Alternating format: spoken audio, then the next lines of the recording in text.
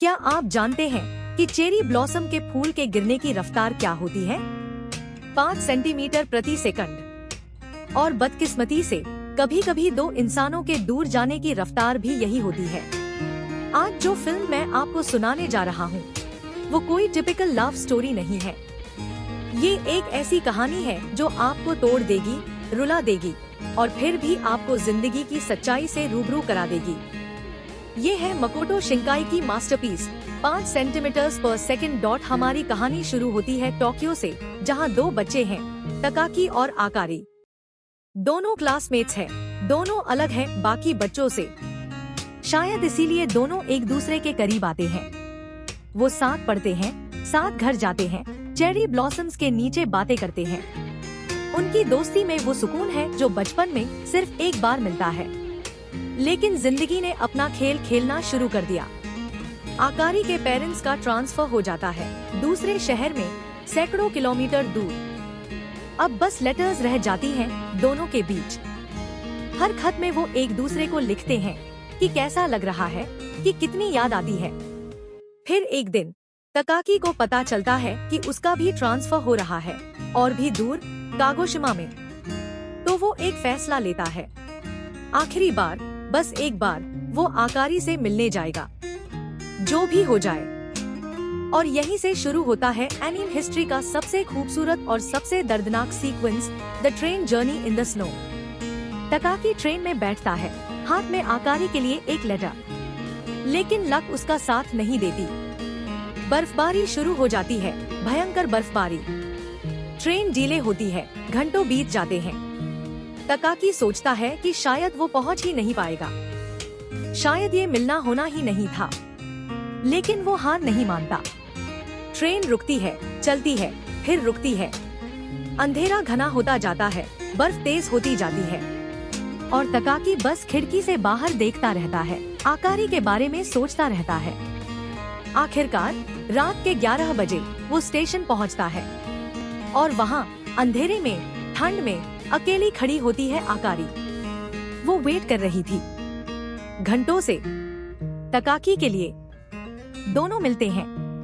कोई grand confession नहीं, कोई ड्रामेटिक डायलॉग्स नहीं, बस 2 टीनेजर्स चेरी ब्लॉसम के पेड़ के नीचे बर्फ की चादर में। और फिर एक किस, पहला, आखिरी और सबसे खास। तकाकी वो लेटर भी खो देता है जो उसने लिखा था। लेकिन अब इससे फर्क नहीं पड़ता, क्योंकि उस पल में उन्होंने सब कुछ कह दिया था। सुबह होती है और दोनों को अलग होना पड़ता है, हमेशा के लिए। अब तकाकी हाई स्कूल में है, कागोशिमा में, समुंदर के किनारे, जहां आसमान इतना खुला है कि सैटेलाइट्स तक दिख जाती हैं। लेकिन तकाकी के दिल में एक और तरह का डिस्टेंस है।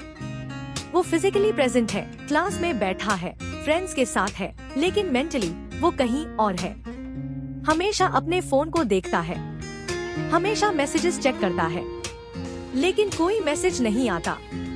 आकारी अब रिप्लाई नहीं करती, और यहीं पर एंटर करती है कनाए सुमिदा, एक लड़की जो तकाकी से प्यार करती है, साइलेंटली, डीपली। लेकिन वो जानती है कि तकाकी उसे नहीं देखता। वो किसी और को देख रहा है, किसी ऐसी को जो फिजिकली वहाँ नहीं है, लेकिन तकाकी के हर ख्याल में है।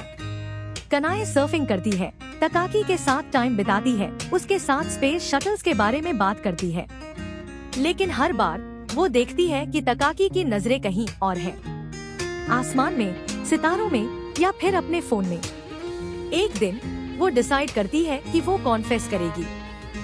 पर जब वो मोमेंट आता है, बाइसिकल के पीछे बैठी, सनसेट में, वेव्स की आवाज के साथ, वो हिम्मत नहीं जुटा पाती, क्योंकि वो जानती है कि तकाकी का दिल किसी और के पास है, किसी ऐसी के पास जो 1000 किलोमीटर दूर है, लेकिन फिर भी तकाकी से सिर्फ 5 सेंटीमीटर की दूरी पर है। कनाए रो पड़ती है, अलोन, साइलेंटली, क्योंकि वन साइडेड लव का दर्द शायद सबसे ज्यादा होता है।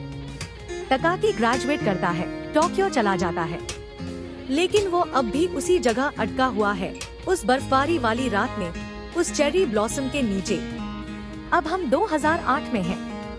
तकाकी एक सॉफ्टवेयर इंजीनियर है, टोक्यो में बिजी लाइफ जी रहा है। लेकिन अंदर से वो खोखला है। उसकी गर्लफ्रेंड है, लेकिन वो टूट जाती है क्योंकि वो भी जानती है कि तकाकी की सोल कहीं और है। तकाकी मैकेनिकली जीता है, ऑफिस जाता है, काम करता है, घर आता है, लेकिन कोई जॉय नहीं है, कोई पैशन नहीं है। वो एक गोस्ट की तरह जिंदगी जी रहा है। और फिर एक दिन वो उसी चेरी ब्लॉसम ट्री के पास से गुजरता है जहाँ वो बचपन में आकारी के साथ जाता था। मेमोरीज फ्लैश करती है। वो सोचता है, कहाँ होगी आकारी? क्या वो भी सोचती होगी मेरे बारे में? और फिर होता है वो सीन, द ट्रेन क्रॉसिंग। तकाकी एक रेलवे क्रॉसिंग पर खड़ा है।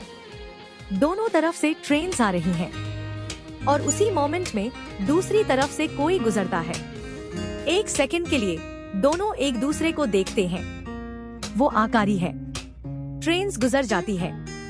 तकाकी पीछे मुड़कर देखता है, लेकिन वहाँ कोई नहीं है। शायद वो सिर्फ इमेजिनेशन थी, शायद नहीं। लेकिन फिर तकाकी मुस्कुराता है और आगे बढ़ जाता है क्योंकि वो समझ गया है आकारी अब उसकी जिंदगी में नहीं है। शायद वो भी किसी और के साथ है, शायद वो भी खुश है और ये ठीक है। लाइफ मूव ऑन करती है, मेमोरीज रहती हैं, लेकिन हमें आगे बढ़ना होता है। दोस्तों, 5 सेंटीमीटर पर सेकंड वो फिल्म नहीं है जो आपको हैप्पी एंडिंग दे। ये वो फिल्म है जो आपको रियलिटी से मिलाती है। ये फिल्म हमें सिखाती है कि हर कहानी का हैप्पी एंडिंग होना जरूरी नहीं। कभी कभी आगे बढ़ जाना ही सबसे बड़ी जीत होती है। फर्स्ट लव हमेशा स्पेशल होती है, लेकिन जिंदगी उससे बड़ी है। तो अगर आप भी किसी ऐसी मेमोरी को लेकर अटके हैं, तो ये फिल्म आपको वो करेज देगी आगे बढ़ने का, जाने देने का और खुद को माफ कर देने का। क्योंकि चेरी ब्लॉसम्स गिरते हैं, लेकिन स्प्रिंग फिर से आता है। And dot. अगर आपको ये एक्सप्लेनेशन पसंद आया तो लाइक करो और कमेंट में बताओ, क्या आप भी कभी ऐसे किसी को याद करते हैं?